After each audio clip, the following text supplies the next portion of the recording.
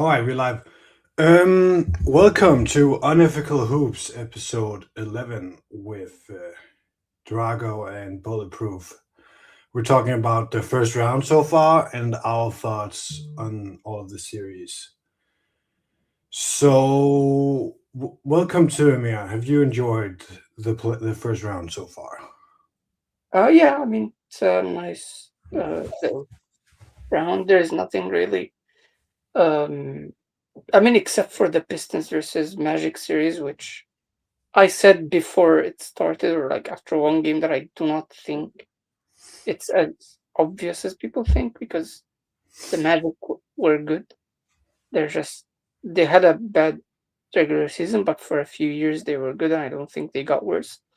Uh, I mean, personnel wise, they just looked worse due to injuries and stuff. But yeah, like other than that, I think everything is going according to the expectations so far.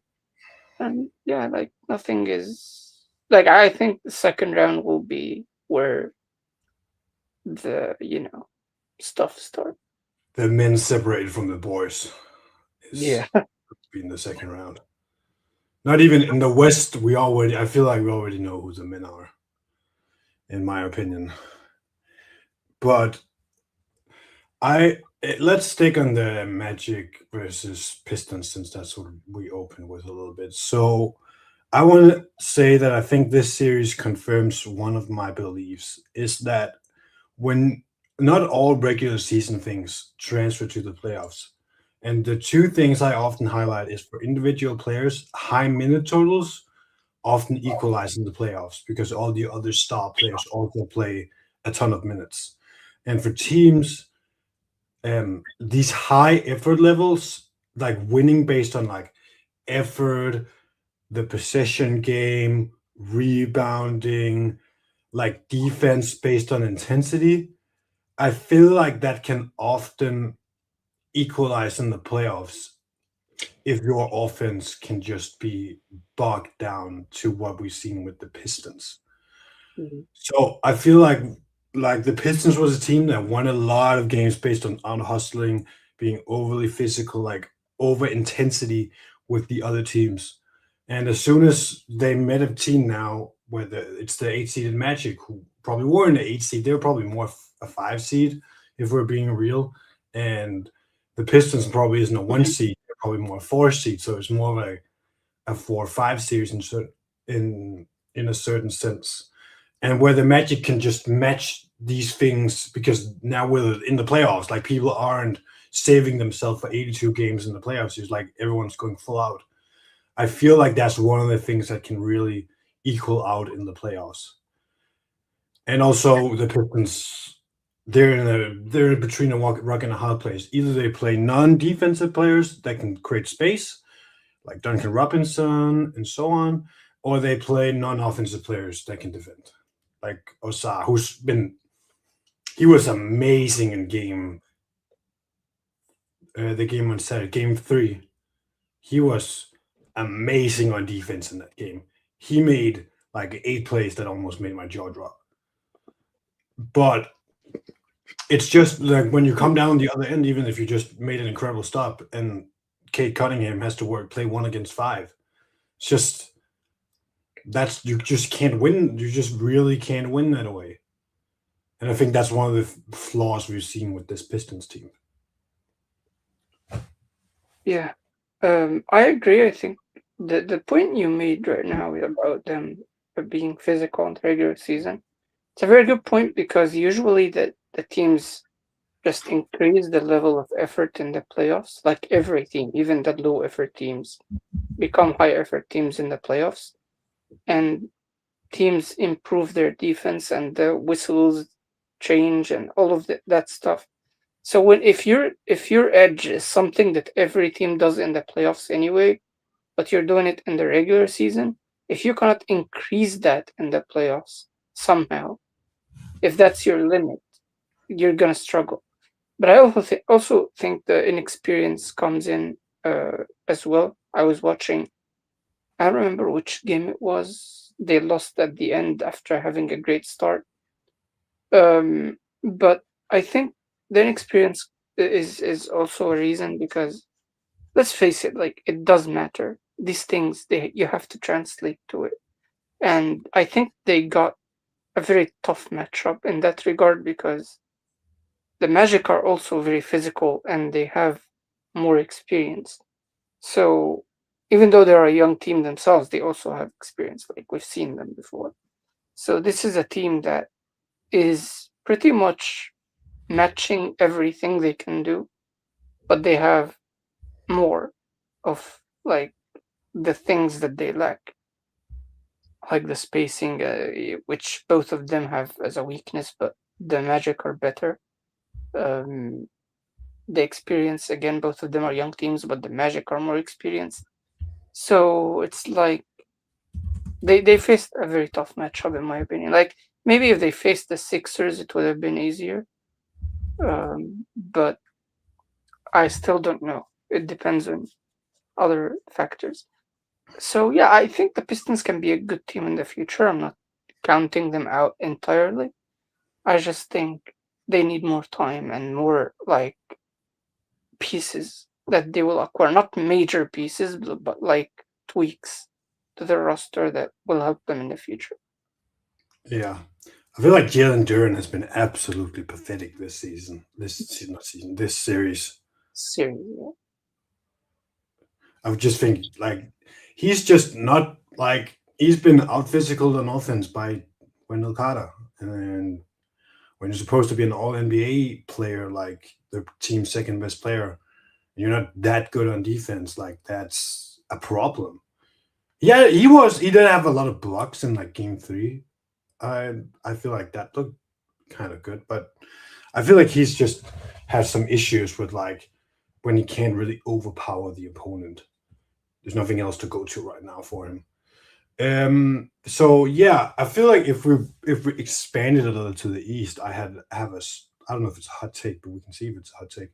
I feel like there's 7 out of the 8 teams in the east. If they made it out, I wouldn't be totally shocked.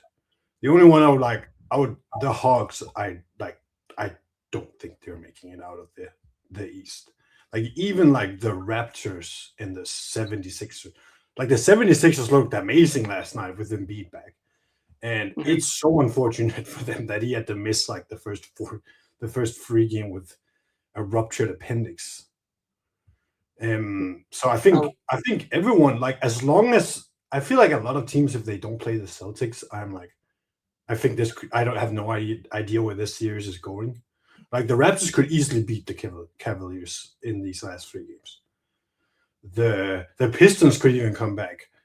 So I would be a little shocked if they come back because it's a 3-1 lead and they've looked good. yeah. They can definitely come back. Like the Pistons, I don't think they're out yet. I don't think any of these teams is out. Like the Pistons have the tools to come back, and the Magic are not a very consistent team at all. So I'm not counting the Pistons out. And the Sixers, same thing. They have Embiid, so there is that. And also, I mean, I'm not gonna speak on the Hawks, but the Raptors, I've been high on them all season, and I like how the team is built. I don't know about other people, but I feel like it's a team with a lot of potential. Like even the older players, like Brandon Ingram. I don't I know that he's been up and down this series, but I like his game. I'm one of the few people that like Brandon Ingram's game. And like for the playoffs, I mean, even if he has bad games, I think they need him. They need his style of play, and a lot of playoff teams actually need his style of play. Like for years, I thought the Warriors could benefit from having him, and he's a playoff player in my opinion that a lot of teams could benefit from, but they have to take in the many bad games he'll have. But it is what it is.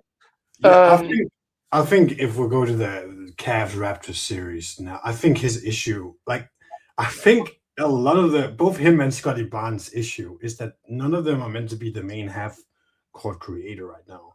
yeah, And like when like Scotty Barnes has been amazing this series. Like he has mm, looked awesome. But it's been mostly in everything but half court offense. Well, he's done good things, no doubt, but he's not like a championship level number one option. Like if he was, he would be like the best player in the league. So not taking anything away from that. Yeah, that's just one weakness. He's That's his good one. And like Brandon Ingram would probably be better as like more of a number two, in my opinion. even as a number three. The Yeah, thing number about number Ingram three, is but like, like you can just see when the Cavs can just zero in on him, and he has to take these tough mid-range pull-ups, and it doesn't stress the Cavs that much. It looked like it's not really creating advantages for his teammates. So that's where I'm like, I would have loved that a Tyrese Maxey on this team. Emmanuel quickly would have also helped for them a sure, lot in the for half sure. court. Like a Quickly guy, would have been big. Yeah, yeah. If he yeah. didn't get injured. Yeah. Jakob Pertl was terrible in the first two games. Like he was absolutely ass. I mean, give some credit to Jarrett Allen for that. So Yeah, we're really for sure. But like Colin Murray balls, I love Colin Murray balls. He is yeah, like he's been guarding like Harden and Mitchell at times, and then he's also been in the paint. He had like a man block on Jared Allen on one of the plays. That was amazing. yeah, He's been finished. Like he gets compared to Draymond a lot. Like both of these guys do so. They're my type of players right now. But he's a really good finisher with his left hand. hmm, He's a really, really good finisher. yeah. Like He's he been was good surprising me. Yeah, he surprised tough me. through contact a lot in that game three. They won. Like game three. I feel like he's looked really, really good. I love the young duo of him and Scotty as like these two defensive masters almost like a little bit like the Cavs had with Mobley and Allen, just way more versatile because both can really switch out and defend multiple positions, can Mhm. play a lot of different ways.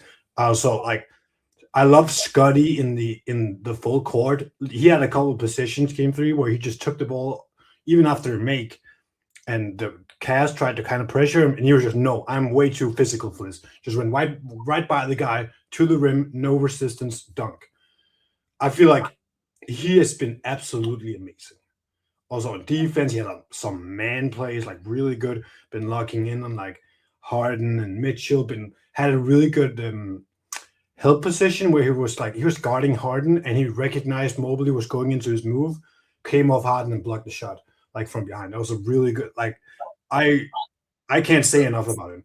My thing, like he's up. We're both PC Hall of Famers. That's how we met, and he's the second most talked about player on PC probably. If he gets like one more series in and keeps playing like this, I might start calling him a top 10 player in the world. He's the Like, Jalen Green of this season, and I know I'd rather have conversations about Scotty Barnes than Jalen Green for sure. yeah, Um, so yeah. but I might legitimately could be convinced that he's like a top 10 player in the league, and I Uh, was not close to that for like a month ago. Top 10 is a bit too much, but yeah, he's excellent. I mean, I like his game in everything. If your one issue is something a lot of players in the league can do, you can fit next to a lot of people. It's a good issue to have, if you're asking me. Like, if your issue is shot creation, like they can pair him up with someone. That person is not Ingram. When I say that Ingram is a good scorer, what I mean is he's very good at a very specific skill, which is like if you're late in the shot clock and you need someone to just get something out of nothing, Brandon Ingram is one of the best at that. But he's not an offensive leader. Like he's not gonna be your go-to guy on offense. He's just your late shot clock guy, in my opinion. Or maybe even like in clutch plays. Sometimes you need a guy who can create a 2 point shot. He's good at that. But other than that, he cannot play make that well. He cannot really uh like draw double teams that well. So like he has his limitations. He's not an S tier or even an A tier offensive player in general, but I like his specific skill of like finishing plays that are difficult to finish. So yeah, like he reminds me a bit of a Jordan Clarkson maybe. when he's younger. In that regard, like he can make some plays. Outside of that series, though, I wanted to talk about like the elephant in the room, I guess, the Nuggets versus Wolves. Uh, Yeah, that was the next one I wanted to go to as well. yeah, that's probably the series I watched the most games of, and every time I watch it, the last time I was here, I said Jokic is still the best player in the league to me. I think I'm coming off of that. Yeah, I'm off that. I've been like this That's is that's Chase. that's over. Like, yeah, Like I feel like we have like maybe if we're lucky, it's not like a month. The least it could be is a month, and then it's gonna be French. And I feel like the most it's gonna be like in 6, 7. Oh my god! Speaking of the sun, uh, we're oh my god, we're just talking about him. Yeah, I feel like I feel like Jay has absolutely taken does that he crown. smell his name? Like, whenever Jokic is mentioned, we just It's like the I boogeyman. did. It's like we're I didn't even. manifesting. Well, we're I'm saving. What were you guys talking about? we're literally talking about Jokic no longer being the best player in the world for Amir. Like as you came up, like right when you entered. I just think there's two camps you can sit in. You can think Jokic is the best player in the world. That's I don't have a over. problem. I don't have a problem with it, right? And the thing is, I don't always get labeled as like a hater, but I genuinely like when I say things, it's generally based on like analysis and just what I see, right? And just being consistent, right? I can understand the argument, the statistical dominance. I just think, and all I've ever said about Jokic, I've never called him a bad player, never questioned his greatness. All I've said is that, and I think we can confirm it. Like there's multiple data points I can use. All I've said, my statement of Jokic is that his stats overstate his actual in-game value and impact. And I'm not even talking about, and that's not even considering defense. I'm just talking about his PRA. That's all I've said. And I've gotten pushback on it. And it's like, I don't know what to say. Like, he hasn't done much more than what Giannis has in the last, since 2020. He's won, I think 2 more playoff series. They've both been to 2 conference finals. They've both only been to 1 finals and won it. And both of those runs are kind of questionable in terms of the competition. Giannis, people can call it a hospital ring. I mean, it's a ring. I'm not going to take anything away from him. But that year was after the bubble year where there was a lot of injuries to major, like, superstars. And then in Jokic's run, he literally has, by seeding and combined opponent like win percentage, it's literally like the weakest run in NBA history, like in the modern era. Like that's just Yeah, a fact. I don't like people can contextualize I it. It's a fact. I I'm not No, no, lying. it's. I mean, he faced the seventh seed, I think, in the conference finals, and an eighth seed in the the 4, finals. the So 7, and the 8. Yeah. yeah, Do you know not only is it the weakest run, do you know there's only one possible weaker run you could have if he faced the 5 seed instead of the 4 seed? That's the yeah, only Yeah, if he mathematically, had gone like mathematically. yeah, that's the only possible weaker run you could have theoretically. So he I literally, so it's like, I don't know what to say. What do people want me to say? I will say, okay, so one thing I will say is that like I do think that's a little disingenuous because like the Lakers were better than the other teams they could have faced. And I do think They like weren't better than the Warriors. They just beat they weren't like that Lakers team was playing Lonnie Walker and D'Lo. Like I mean, And they like were it good was just that year. Let's not they matched they up. weren't as okay. I'll put this way: they weren't as bad as a 7 seed, but they weren't favored to beat the Warriors in the second round. Like The it was I Warriors a were feel what like they was were sixth favored to seed. beat the The Nuggets. Warriors were low seed as well, weren't they? Number 6? no, they were the second seed. No, they were number Lakers were 6. the No. no. Warriors was number 6, Grizzlies was number 2, and Sacramento was number 3. Yeah, both the Oh, Lakers and the Warriors were low seeds that beat the high seeds. And they were oh, low okay. seeds because of injuries. They were only low I, seeds because of injuries. I do think the Yeah, yeah, one yeah. thing that kind of fucked that run is that the Celtics lost to the Heat. If the Celtics had won, if they had beat the Celtics in the final, I don't think anyone is talking about that right now. No, yeah. Like, But because beating an that would have been AC. a real team. Like we saw what they did the year after and the year before. Like they had a great net rating that year. Like they were a really, really good team. I just think they got like the Heat just decided, or if they played the Heat that played in the conference finals or round one, they just so happened to get a team that went like this in round one, this in round two, Hmm. and they'll beat the Knicks. Then all their players turned into Steph Curry and Klay Thompson for some reason, and then they fell back to earth. So like Right. I agree that that one was. I think both 21 and 23 were like weak ones, but the Nuggets just dominated that week one so much that Yeah. I'm not as much like I'm like, yeah, they actually did though, like dominate. Yeah, It wasn't like they just squeaked by. Like they yeah, No, looked I agree. that's why I disagree, because even though it like most rings this decade have been injury asterisk. Like you Yeah, could say there's been that, injuries. There's been but injuries. the Nuggets are one of the few teams that actually decisively almost won every round.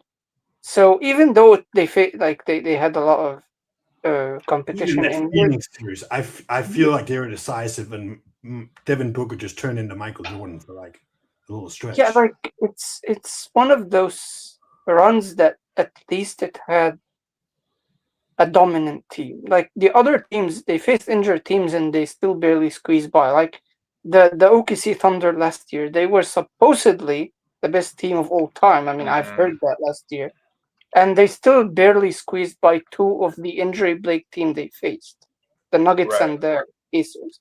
At Right. least the Like the Nuggets Pacers were dominated only their like first injury run. play in Game 7. Like they got injury plagued in the last game of the Right. Right. I mean, Yeah, Tyrese and Halliburton's a they pretty were big. a low seed as well. They were not expected to be there at all. Right. I mean, Like well, going back to your Lakers logic about 2023, the Pacers were the hottest team post All Star break. So were they really the seed? You know what I mean? I get what you mean. I think Like that I'm just Pacers going by team that logic. That I like don't really the remember pit the anyone pit. having them over the Knicks though. When they faced the Knicks, Yeah, but I that's feel bad like I was like, analysis though. That's bad analysis though because the Pacers, given how the Pacers had played like for the last 2 or 3 months yeah. prior to the playoffs, they were the best team in the East. You know what I And they mean? And how? dominated Cleveland in that round too. They Yeah, dominated yeah. them. I yeah, mean, the Lakers as Cleveland. well. Weren't the Lakers also like on a crazy run when LeBron was injured and they did the Yeah. trade deadline thing after trading Westbrook for Yeah, The, uh the they were good, but the thing is with the Lakers, like, it's like they were always like D'Lo. Like, are we gonna really trust D'Lo as point guard? Like, at some point that shoe especially was like gonna fall. they were the Like, best defense in the league for these like 2 months. And yeah, it's just like AD there was was. just AD was peaking in these 2 months. Let's not Yeah, forget. they were just heavily flawed team. I mean, that team wasn't. I mean, it was I like eight. I mean, Dennis Schroeder, like Reeves, Braun, I do want to get back to D'Lo. this. I But we do can want go to back get to the back to playoffs. like this series between the Yeah, Nuggets. yeah, yeah, yeah. I listening to like PC this last week. Hmm. What it's kind of like crystallized for me, and also my own opinion, is that Jokic has been a bit more of a theoretical GOAT offensive player than I maybe care to admit. Because like even in my like I probably think other of these offensive GOATs had better supporting cats around them than Jokic has, like because Jamal Murray has been up and down a lot in like 24, 25. And this year he was really good in the regular season. 23 he was obviously amazing in the playoffs. So he's been Hmm. really up and down. Aaron Gordon only last year started to shoot like 40% from free, and before that he couldn't shoot. So shout out to Hmm. him. Christian Brown has been like an up and down player. KCP was kind of also an up and down player. So I like even if I gave people that, like the offensive results that kind of got shown about how he's just not leading these great offense, even like a Kobe in '06 or a Nash in without Amari, where like also the Suns did like play a system Hmm. in a different way where they really compromised their defense to play offense. And it just for me feels like I've been theoretically giving Jokic this crown because he's a center and he can shoot and he can pass, like with the best of them for a passer. And his shooting numbers in the regular season was amazing, but like in the playoffs, he's just not a 40% 3-point shooter. Like So it's Drago, so Drago, this is something, and Mars is maybe better at articulating, and he has the advanced analytics, and I refuse to use advanced analytics. You know my stance on it. I'm not gonna turn around and use it. I've been saying this though. I've been saying this about Jokic being this theoretically because think about it, right? If you just put Jokic's numbers at face value, you look at the like at least the regular season numbers, right? The efficiency, the PRA dominance, right? In these instances, even when his teammates, right, are not having the best of games, or in these game 7 scenarios, these do or die scenarios, you would think someone with that level of efficiency and that PRA accumulation would show up in these moments more regularly and have more dominant performances. Except he doesn't. And you know why it's so hard to analyze? It's because, and I genuinely believe this, people have ignored the eye test when it comes to, and I'll elaborate more of this further because I hope they do lose. But given the injuries, they really should win. I mean, they're losing. They don't have their starting backcourt. Let's be honest. Yeah. I do hope I want to see him against Wemby. I really. Yeah, they should. They should come back. Like, and it shouldn't be surprising. I mean, you don't have. Yeah, Ant if and Ant is not coming back, I actually want the Nuggets to go through, even though yeah, the Ant's not Ant and DiVincenzo are out for the series. yeah. So I want the Nuggets to go through, but I will never let anyone do any revisionism on this series if they do. They will. Don't worry, they will. Yeah, they will. But Sure. but like my thing is, it's like, and I said this, they ignored the eye test and the drop off in the assists. Like, remember how Mars talking about the rim assist? I've explained this exactly like he did about how he's reliant on the defensive breakdowns more so than him creating the advantage for his teammates. Yeah, I've said this, and people are just like, because the PRA dominance still existed, it was like I was just talking to a brick wall. No one would understand. I'm like, every time he goes against good defenses, which show up where in the playoffs. He plays upper echelon defenses where in the playoffs that don't miss their matches in transition, that don't allow brief defensive breakdowns. Because he's not an elite ball handler like a small guard like a Chris Paul, Steve Nash, even a Tony Parker, a LeBron who can handle, drive, and force defensive collapses consistently. He's more reliant on defensive breakdowns. That's all I've said. And what's happened every playoffs outside of 2023, where he played flawed defensive teams throughout the whole run. This is what's happened. I mean, the Lakers were not so flawed, but I get your point. I agree.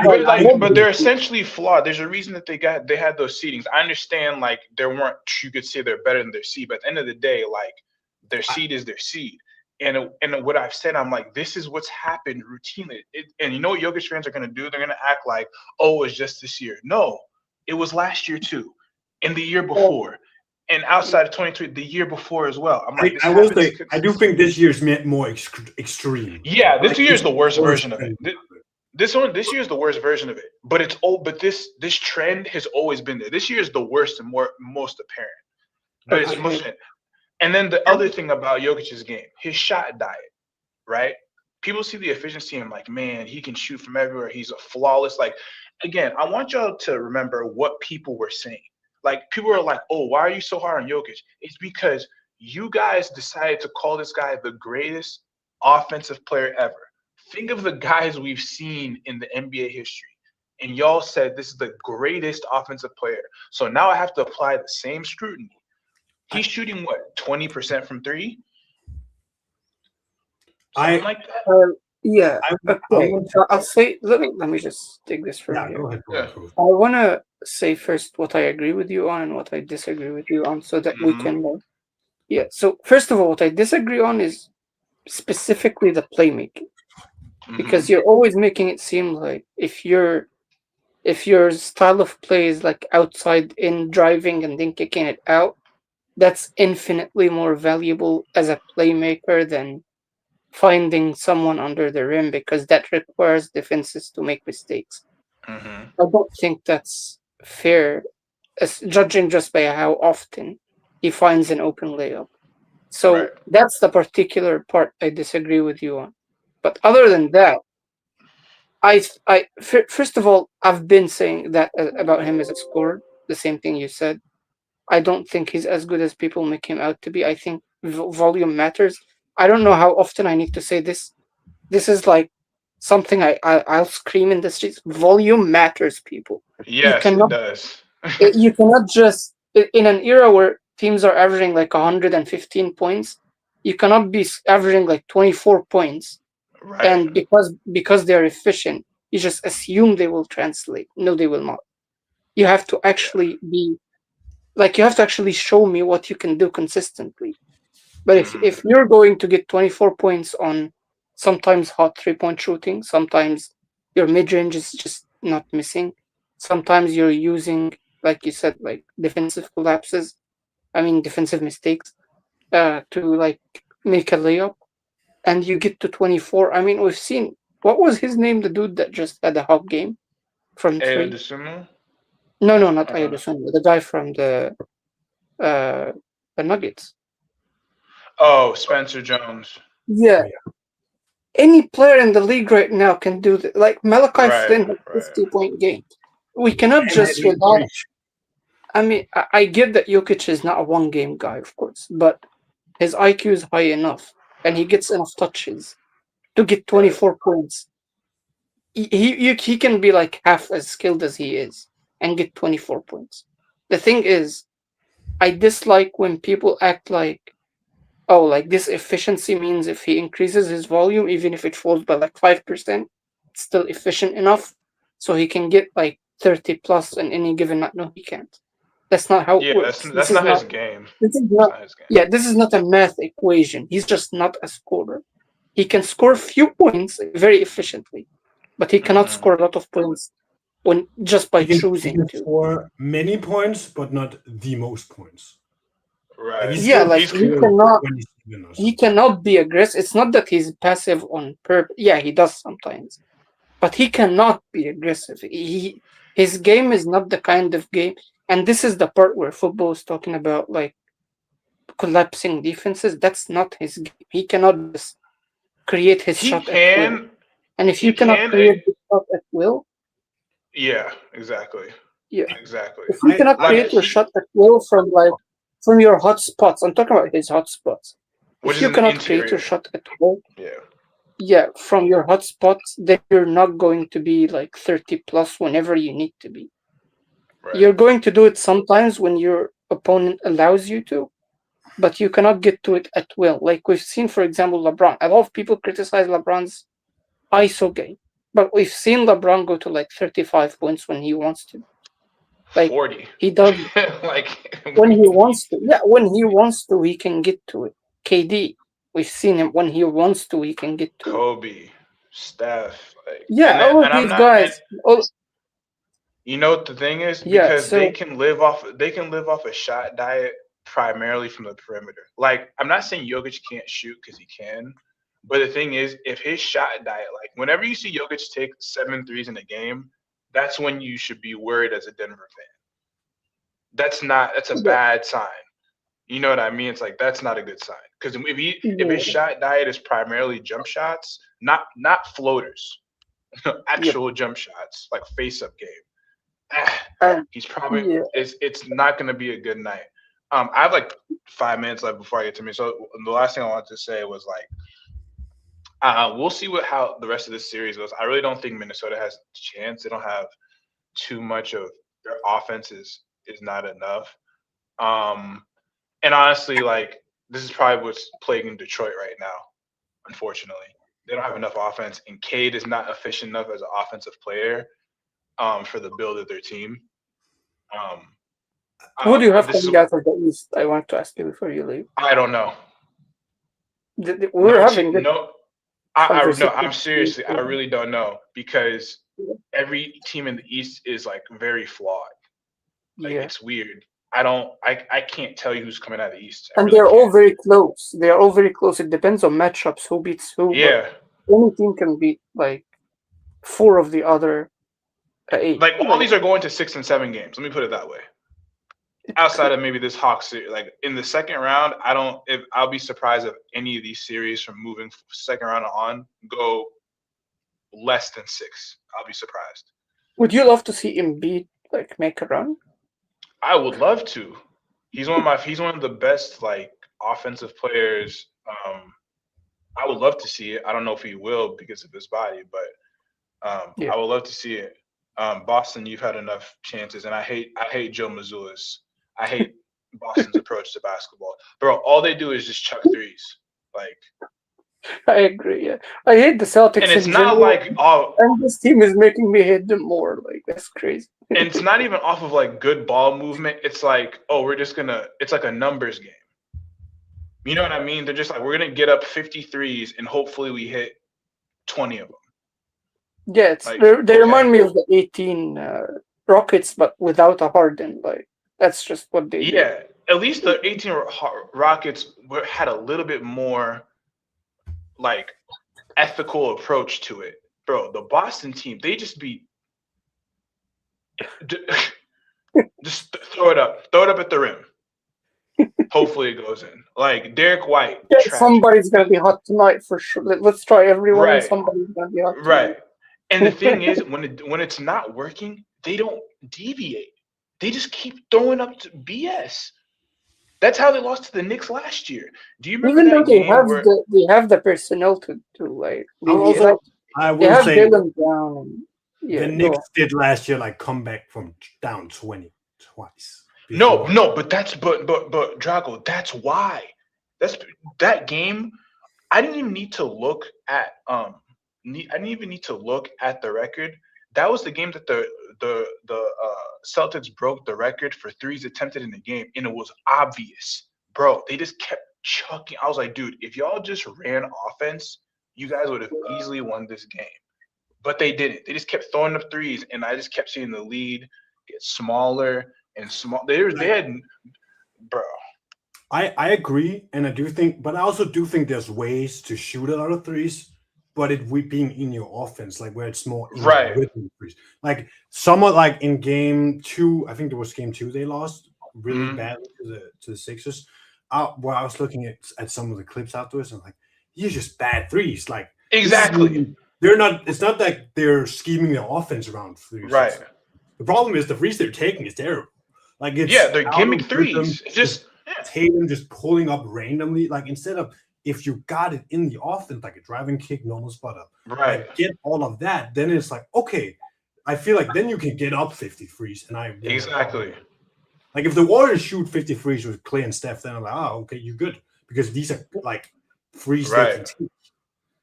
So it's not like the 24. It's not like the 2014 Spurs where it's off of great ball movement and they're getting good looks. There's rhythm. No, I think it's literally sometimes it is, and sometimes they just chuck threes. I think something is really good, and sometimes it's really bad. I did want to say one thing on Jokic before you leave because I do think you would want to hear that. I feel like his issue is just Penn talked a lot about this, him not having weaknesses. I think his issue is he doesn't have any like absurd strength. Like him compared to Shaq. Shaq just had that one thing that he could keep going to, that every team have to collapse their whole defense around. Like they have to adjust so much the other team to stop him. Where like the Wolves just doesn't have to do that right now. But they're just putting Rudy Gobert. And Rudy Gobert deserves every flower you could give him. Oh man. The whole basketball community owes him an apology except boxing. Absolutely. I'm just gonna say he's like an all-time, like top 10 level. And see, Drago, see, this is what I mean when I talk about the eye test. The two people we had to exclude, Ox and Chill, are eye test guys. And they're the guys who have been defending him all of this time. Let me think other guys have. I will say like a Jordan, a Morris have been like defending him. I also think like the times he got cooked by Jokic was hitting bullshit. Like that maybe was Jokic's strength. That's like in other series is that he just made shots that made no sense. Like it was like Yeah, but even perfectly those consistent. shots that he made that made no sense, it was like 2 shots out of the whole game. Like again, that's another thing. I just have problem like, and I don't want to like I think he's overly talking about like. the previous series, not this one. Yeah, yeah, There's yeah. No, I, The one Yeah, he I made remember was this film only breakdown between Mars and Lowe, I believe, where Lowe was trying to pass an agenda. I think that Gobert was defending him badly or something, and Mars was saying, no, it's just Jokic hit some weird shots. yeah, Most he of make them were, that's and gonna now Lowe's happen. coming around and like even doing his own like revision of the games and saying that the stats are actually, even though they are bad, they are better than the reality because the reality is when Gobert is on Jokic, Jokic does nothing good this series at all. Like even as a playmaker, he doesn't do much, Yeah. and he doesn't need any double teams or anything. He just does it on his own. And All yeah, go on. no, I was saying, I'm about to leave. I was like, all I pushed back on was I'm just like, I just don't like when guys are crowned with these ultra superlatives when I've seen other guys who've done more work. Like it just bothers me. I'm just like, I just don't understand how a guy gets crowned as the greatest offensive player ever so fast. Um, like flawless offensive player. I'm like, he's not flawless, man. No one's flawless offensively. Like nobody. Like it's just including Jokic. I know he's not. I've watched. I've seen them in Game 7 scenarios. We just had a Game 7 where he attempted one shot in the second half. Like Yeah, what? that's crazy. He had 9 shots total in a Game 7 in a must-win, while the other guy, who's not the best player in the world, had 35. Well, come on. That's all. Yeah, Come on, man. that's what I'm talking about when I say the arguments for him as a scorer remind me of like imagine if someone said, "Oh, DeAndre Jordan is averaging 14 points on 70% shooting. Yeah. If he takes a few more shots, he's gonna get 20 if It's like on no, that's not how it 50%." works. Yeah, but you watch the game, you see he's a very reactionary shooter. He does not take shots unless the opponent team like allows him to. Like That's scoring, big, scoring and I think endurance is. that's a massive weakness. I don't think he As I does think, like in the post inside the arc. He does actually. Oh yeah, he's a monster. When he That's gets not like the team allows him to. But like the problem is like he's just not a 40% three point shooter. no, you can't. and You can't. he relies Was on it good way more shooting. than he should. Yeah, like he can't. Like yeah, when he gets like when his shot diet is like mostly inside out, and he takes like a few threes. Yeah, he's a 40% free throw 3 point shooter. But when he's uncomfortable and he can't get into his spots, like what I call him like a scrub killer. And whereas if your defense is not set up, or you don't have the personnel to defend Jokic, he's gonna destroy you, right? But as soon as you have like a big who can prevent him from getting to his spots consistently, he's not gonna look nearly as effective. And so that's the thing with Jokic. But he's still a And great player. I think he could also use some aggression under the basket. I remember like when I was doing the Magic film study, like when we were doing his career, Kareem would take weird shots Mm-hmm. on the touch, like he touched the ball from a mid-range area and then take the hook shot anyway. Jokic could use some of that because his actual shot making ability in these situations is extremely high. Like he makes tough shots like from close vicinity to the rim look easy. And yet he Right. doesn't attempt them that often. I All think if right, he y'all. attempts more shots I under the gotta head basket, out. All right, football. Have a But good thanks one. for Thanks for having me. coming up. Thanks for Of coming course. up. Peace. Always welcome. So yeah, I I just want to wrap this up quickly because we've obviously seen that this series is that it's probably swinging to the Nuggets just because the Wolves doesn't really, even though the Wolves have two chances to win one and the Nuggets gotta win both. So the Wolves have the math advantage in that sense. They're just in such a talent deficit right now without Ant that the Nuggets should be able to defend them. We didn't even talk about Jokic's defense, but we'll let yeah, that will be and another day. I yeah, think and they will advance, let's be and fair. if Also, uh, let me ask a question here. If the Nuggets advance, do you think the other two like top teams in the West, have the means to stop Jokic the way the Wolves did? I don't think I don't think either because no one they don't have Rudy Gobert, and I feel like we again like this is also an all-time great defender. Where like yeah, Wemby is an all-time great defender, and so is Chet in his own right, but they're not like an all-time great man defender for Jokic, if that makes sense. Yeah, they're not strong enough under the Not basket. really But that strong. I think Wemby's length could still even influence Jokic. But and I again I would love to see that series. I hope the Nuggets advance because I think that would be maybe not a fun series anymore because Aaron Gordon and maybe Peyton Watson come back, and then I think they are more equal in talent. I do think the Nuggets are not as talented as we think they are because they are missing two really important players for yeah, their team, and I do think that matters. But I would I don't really know why like he keeps like Aaron Gordon keeps. It, if let's say they come back and beat the Wolves, and then by some they beat if they come back and then he solves Wemby and they beat the Spurs, and then they beat the Thunder. Like I will still bring up this series. Don't doubt that. Like yeah, this series will be in my mind. Like he got bailed out in a sense because of injuries to the other teams. A little bit like Giannis did in 21 mhm. versus the Nets.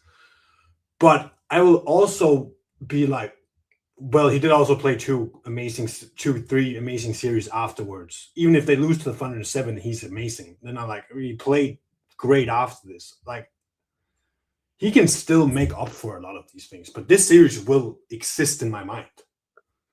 Yeah, not just for Jokic, but more importantly to me for Oh, Gobert. Jamal Murray as well. Gobert because I really I've fallen victim into doubting his not overall value, but even his defense itself.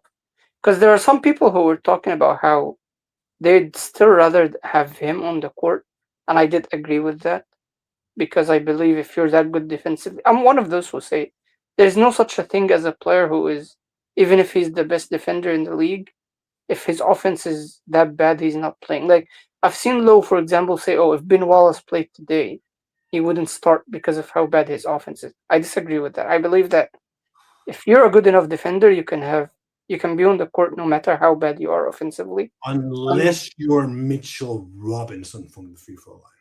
I was an uh, as pro. Even Mitchell Robinson is very like his minutes are valuable. He's very impactful, and Yeah, but you just but the can't thing play. is, his defense is not S tier though. We're not talking about No, no, that of level course of not. defender. Um, Uh, Gobert is an all-time great defender. He's not Mitchell Robinson. Yeah, but he's So also not like Mitchell Robinson on like offensive rebounding. yeah, but I'm talking like because offensive rebounding for Mitchell is his offensive value. I'm saying if there's a guy who's not good on offense and he's that good on defense, I think he deserves to be on the court, no matter how limited his offense is. And I don't think Gobert's offense is even that limited. Yes, he does not score much, but his rebounding is good enough and his screen setting is excellent. And I think these two skills are good enough to keep him on the court. But even if they are not there, I think his defense alone is good enough because it's that impactful. And that's why I believe that France in the Olympics, that coach should be sacked immediately if he was not sacked already. Like imagine what would happen if they actually have both Wimby and Gobert on the court. Maybe they would have won that game against the USA. Maybe they were Yeah, but close. maybe he was just not looking good for them. Like that's the other thing. Like if he's not playing well, he's not playing well. Like He didn't he, play much. He played like 5 minutes a game. I don't remember. Like he barely played. but also like And in practice and stuff, that might have like he could have also had a health issue. Like maybe, yeah, maybe that's another possibility. But anyway, back to the other series. Finally, the Spurs beat the Blazers. That was, yeah, we were waiting for that to happen. I'm a Blazers hater. Um, been a Blazers hater since they refused to trade CJ McCollum year after year after year. I don't know why they did that, but that's a good time to bring it up for some reason. Um, so yeah, the Spurs are up. I love their personnel. I've said that last time. I think Wemby improved after game one. It wasn't just ridiculous shot making. Now he's actually playing well after coming back from the concussion. And do you have any thoughts about oh yeah, there's something I want to say here. You talked about, oh, 2 is better than 4. 2 is better than 4. I mean, 4 has been That was good in the more last. for that game. In that game particularly, 2 was better than 4. 4 has been better than 2 since you said that. Yeah. Since I like what I was trying to say is like, man, Cass, my De'Aaron, like, okay, let's invite the people into this conversation. De'Aaron Fox was terrible for like the first 3 games of this series, and I am probably an anti Fox guy. We can call it like it is. And I was in our Hall of Fame chat because my favorite player in this whole league, fucking Dylan Harper. I love watching Dylan Harper play. Like, he is so amazing to watch. He's just a fun watch. Like, okay, I don't hate Fox. I just hate how people talk about him. Like, always on PC. I was up on PC a couple of times and was like, people was like, oh, Fox is a top 5 point guard. Like, he's just not playing well because he's giving the offense to the other guys. And like the 2 games Wemby wasn't there, that was just not the case. Like, that was not what was happening. Like, he was not trying to take all. Like, he was just not playing very well. And I feel like Stephon Castle was better than him. And I feel like in that game 3, where Dylan Harper was so fun to watch. It was like as soon as Scoot Henderson started talking trash to him, like, he played out of his mind. That like block he had on Robert Williams, who have been amazing this series, by the way. I would love to see him on a contender. His rim protection has been so valuable. Yeah. He dunked on him. He had like an amazing like spin to a lefty layup in like semi-transition. I love Dylan Harper. That's what I'm trying to say. But I was just saying, like, in that game, 2 was better than 4. And 5, I was also saying 5 was better than 4. And I do think 5 is better than 4 right now, because I think 5 is a win. Castle is clearing the other 2, I think, right now. Not really by a big margin, but I think because his defense is why I think he's clearing. And I think his defense is crazy. This is, bro, I cannot stress enough how crazy how impressed I am every time I watch him play defense. Players that young are not supposed to be that good on defense. I don't know how he reached that level so quickly. And Dylan Harper too, by the way, because his defense is way better than it should be. Guards are not usually that good defensively when they come into the league in like year 2 or year 3. This is crazy. Dylan Harper he's a rookie, right? And he's in a point guard, in rookie point guards in the playoffs. A rookie point guard is playing that well defensively. And a year 2 point guard is playing that well defensively. I cannot stress enough how crazy that is. I do think there is a Wemby factor to it. I do think just having him it just allows them to not on the court. When he's not on the court, they're also playing crazy defense. Yeah, like in game 3. Specifically, like, I'm talking about them as players, not as parts of the scheme. They just hold their ground like crazy. Stephon Castle low-key reminded me of prime Drew Holiday for some plays. There are literally plays where I can see prime Drew Holiday in there. And that's a crazy level to reach at that young of an age. Like, these guys are 20 and 19. I mean, Dylan Harper grew up like his dad is one of the best point guard defenders ever. So we can. His dad's probably the best player to ever make an All-Star team. Yeah, and a great defender too, like elite defender. So we can at least maybe Gary Payton also came into the league. I mean, the son came into the league as a excellent defender as well. Partially because of his dad, maybe. But Stephon Castle, I do not know how good how he managed to be this good. That's crazy. And he's very remember when we have conversations about how we don't know how he will play in the playoffs because the type of player he is usually struggles in the playoffs early on. He did both of the things we did not think he would do. His offensive game is translating, and his defense is translating. So yeah, I cannot talk enough about how good Stefan Castle is. Also, just for Dylan, like I think it's the status like since the All Star break, he's shooting like 48% from free, which is obviously not real. He's not a 48% free point shooter. Yeah. Like if he's a 40% free point shooter, the league's in trouble. I'm sorry, this is gonna be the best point guard in the league. Maybe not Yeah, the best. that's the He's thing. like the best bet of all point guards right now to just be awesome and like fit. His Like game is so smooth. His so IQ, decision making, his ball handling. I like his game a lot.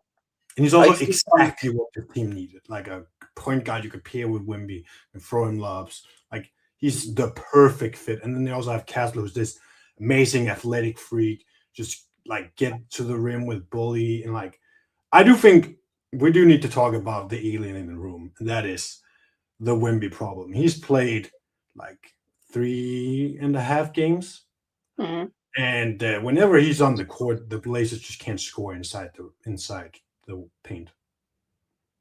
Yeah, Like since he came back particularly, and like except for game one, I'll say that yeah, because game game, one they game, game 4 and 5, he was shutting down the. yeah, he was playing his defense and to an even higher degree now because it's the playoffs, uh, which is what we expected when we talked about how his defense is built for playoff basketball. He had Because six. He has 13 blocks in the last 2 games.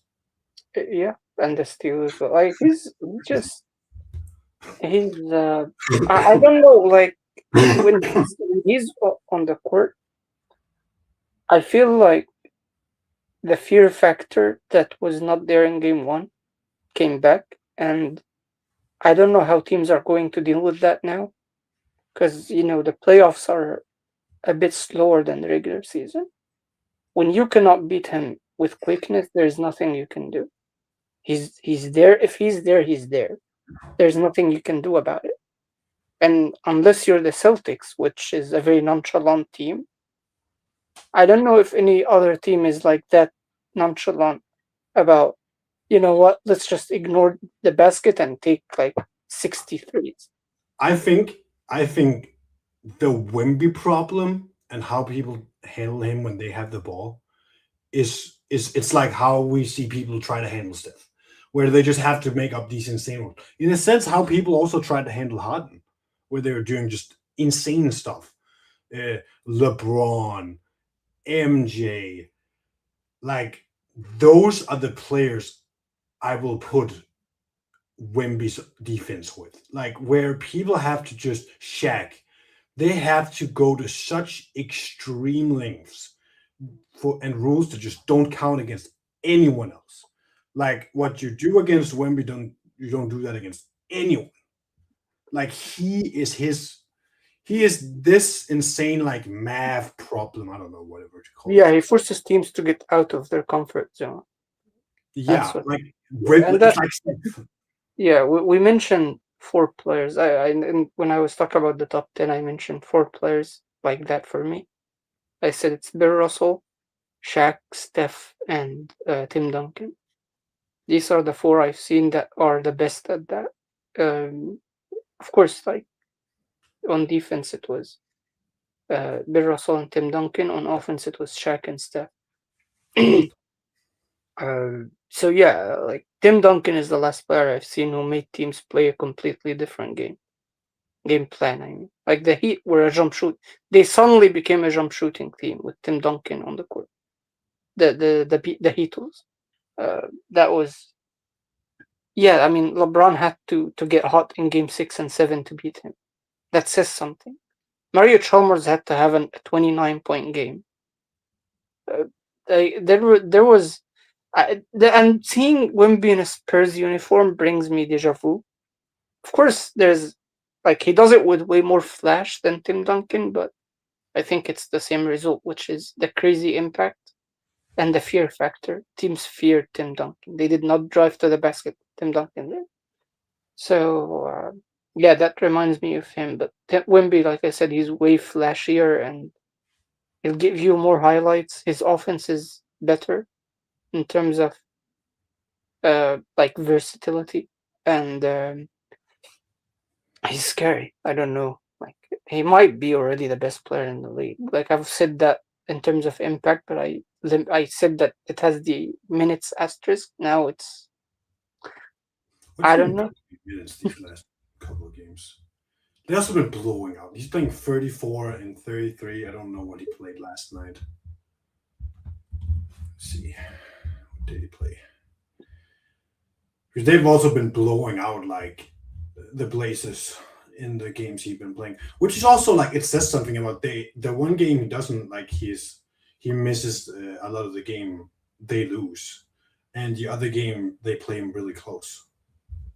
Hmm. And the other four games they blow them out by like 20, and one of the games like they blew him up by 20 after being down 20. Yeah, this actually brings the question: if you're the Spurs and you're facing the Nuggets, would you explore playing Cornet with Wimby way like more often than they do now?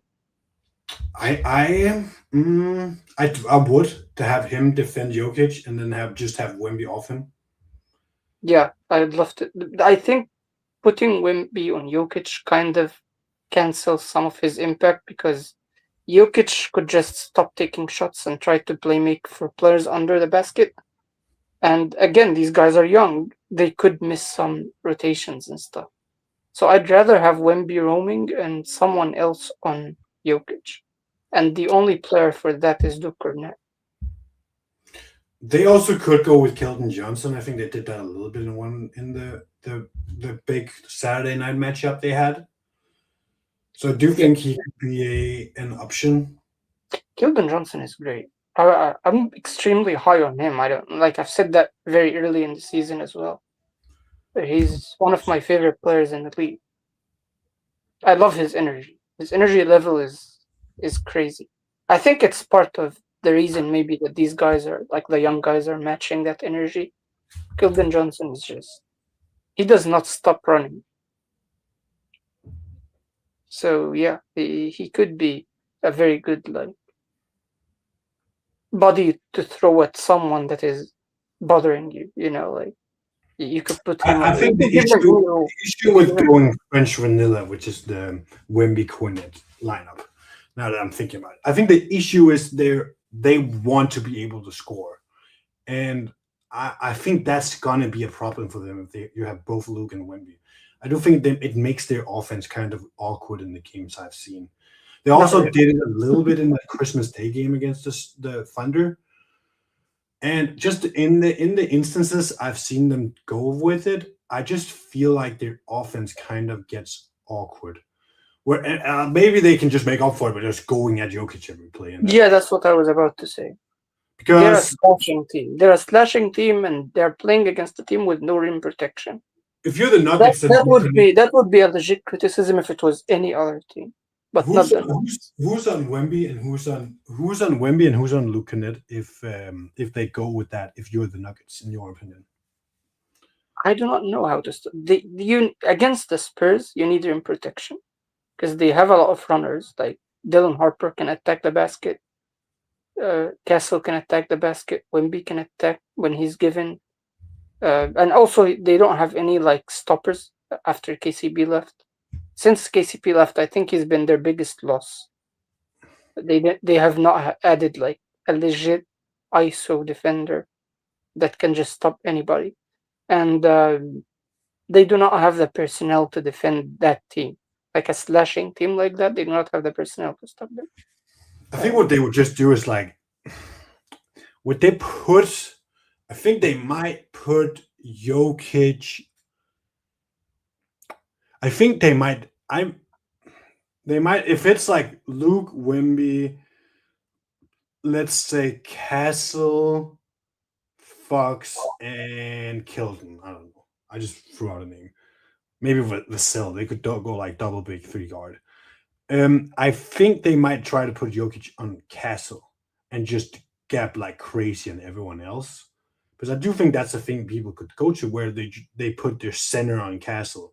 But what you Yes. then end up with is that Castle just drives at kind of at Jokic, even if Jokic just giving him space.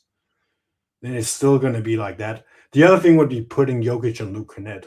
but then they might just bring him up to screen every time, which could be a problem. But then they might just gap help like crazy off the non-shooters. But that's also a problem with Wemby because I don't know if I want Wemby to shoot. I don't know if I can treat Wemby like the Wolves are treating Jokic right now. Because Wemby will just shoot it. And I think he will make it. Yeah. Here's a question: do you think the Nuggets miss Mike Malone? I think he put the one of the Nuggets issue have been not playing hard, and that has also been a Jokic issue. But he had so much energy to fight Jaden McDaniels. Yeah, and I think that did wake them up in a sense. Does look like that, and that might be what saves them in the series. That they just woke up and hear all the criticism, but like you couldn't have done that after Game 3 when everyone was calling you terrible and fat and non-defensive and the worst I mean, defender. I hate it every time someone gets pissed about a late game shot. Not gonna lie, that's too. Yeah, I hate it. I hate it. I do think it's an annoying rule more than anything. I think the clock should just keep running. And then I don't think anyone had a problem with it. It's a little humiliating that the Nuggets now have to inbound the ball again. Like if you have a like everyone's standing, like I don't care that Jaden McDaniels. I am gonna make that very clear. I just want I just wish the clock just kept running and we could get out of here. Yeah, I mean, if I just like if there is enough time for a shot and you want to shoot. Like I don't see. But shoot it like a buzzer beater. That's my thing. Gotta beat the buzzer. It can't be. It doesn't matter though. The idea of this unwritten rule itself is stupid. Oh yeah, I hate unwritten rules. Like I've said this before. If the game is decided, put the young players in or the bench warmers in, and let them showcase for these little positions what they can do. But if you're still on the court, play basketball. That's it. Either go out of the game if you think the game is over. Get out of the game. If there is still time, you don't want to get out of the game. Let players play basketball. No one's telling Jamal Murray to shoot. Jamal Murray can just run the clock down. Yeah. Like, why is it only the winning team gets this? You're as sure as losing as we are as winning. Dude, like, also, this wasn't happening in the 80s and 90s. This is now. Like, this wasn't an unwritten rule in, like, the beginning in the 80s and 90s. This is, like, a 2000s, 2010 rule. I don't know. I don't even know this. But I think it also has something to do with the player who takes the shot. Some players have enough respect to, if they take that shot, no one is like. I remember vividly in the 2013 season, Kobe took that shot against the Magic in the record-breaking free throw attempts game. It was the first game for Dwight Howard in Orlando after he was traded. And of course, he left with drama, so they were booing him all game. And the Magic decided to match the crowd's energy by fouling him every single time. They kept fouling and fouling and fouling and fouling. And he was hitting his free throws that game. And the game was one of the slowest and worst games I've ever seen. It was the most free throws attempted ever in a game. And of course, Kobe didn't get any touches because of that, because he was sharing the floor with Dwight most of the time. So he was just, every time he passes half court, there's a foul. And at the end of the game, I think he hit a shot to go like to double digits or something. And no one told him anything.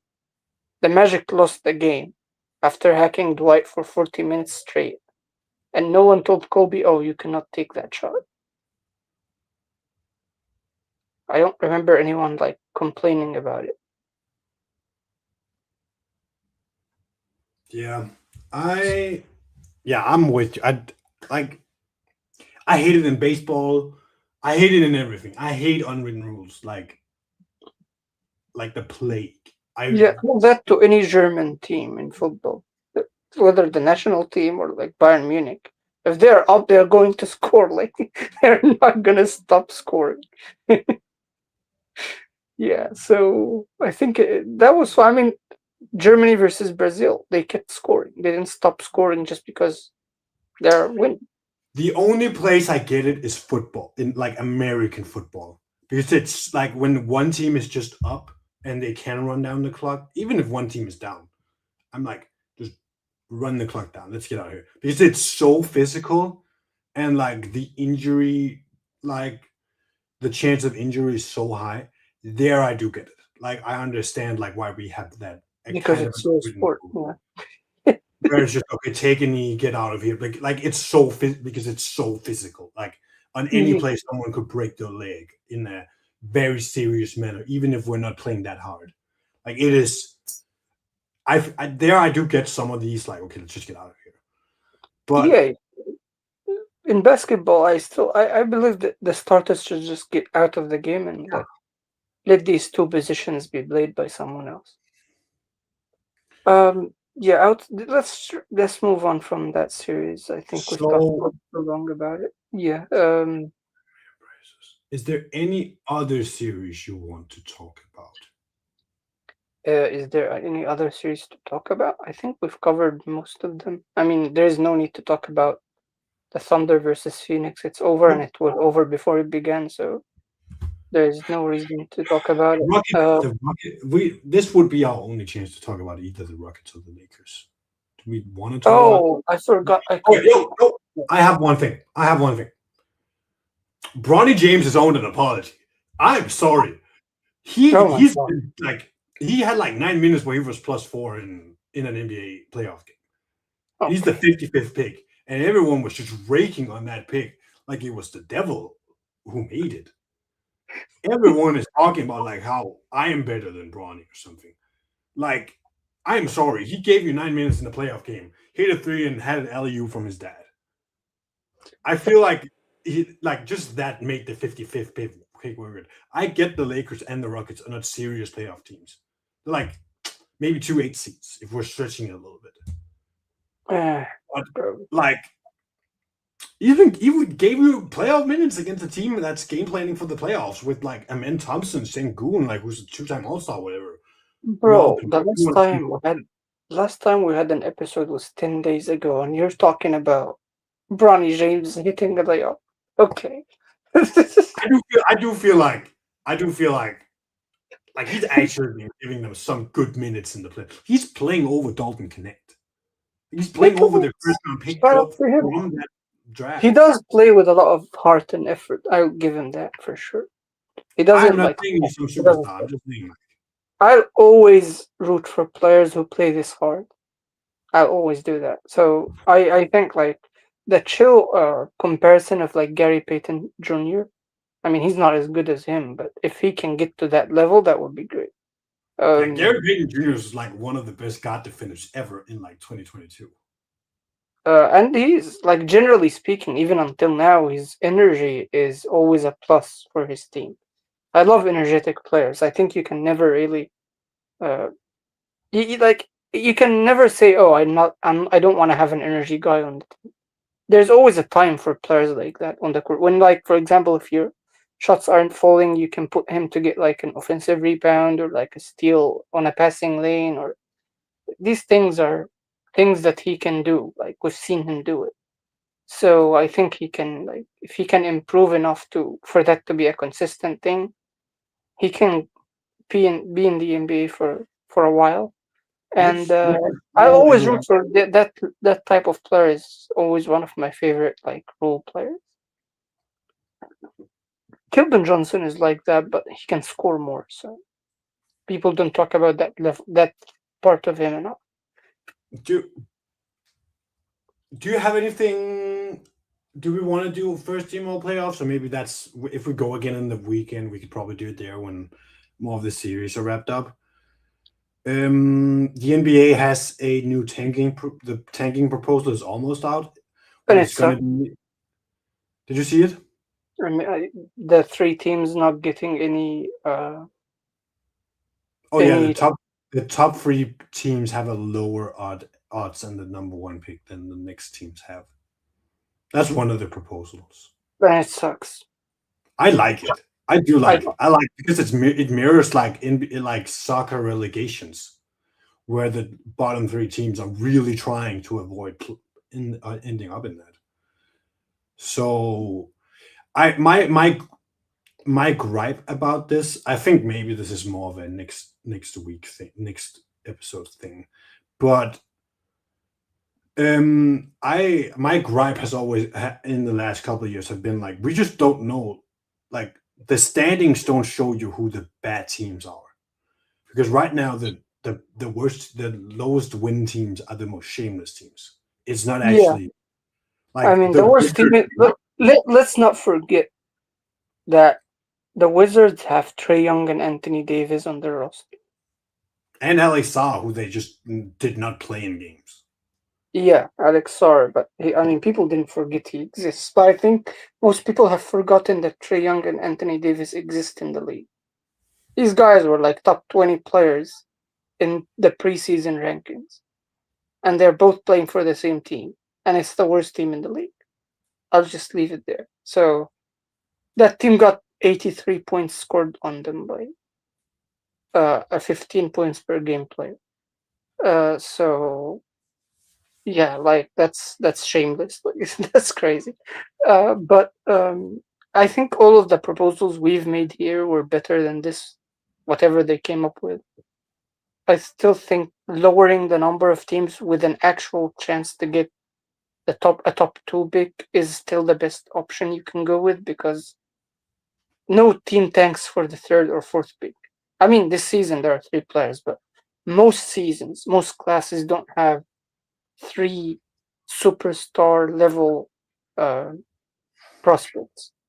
So no team tanks for the third pick. So if you say that only three teams are going to have a chance at the top two pick, that means that yes, the worst teams in the league are going to tank, but the rest of the teams will have no chance, so they will not tank. And I think there could be another incentive to win not related to the draft. Maybe like something related to the salary cap, something related to signing players, trades, I don't know.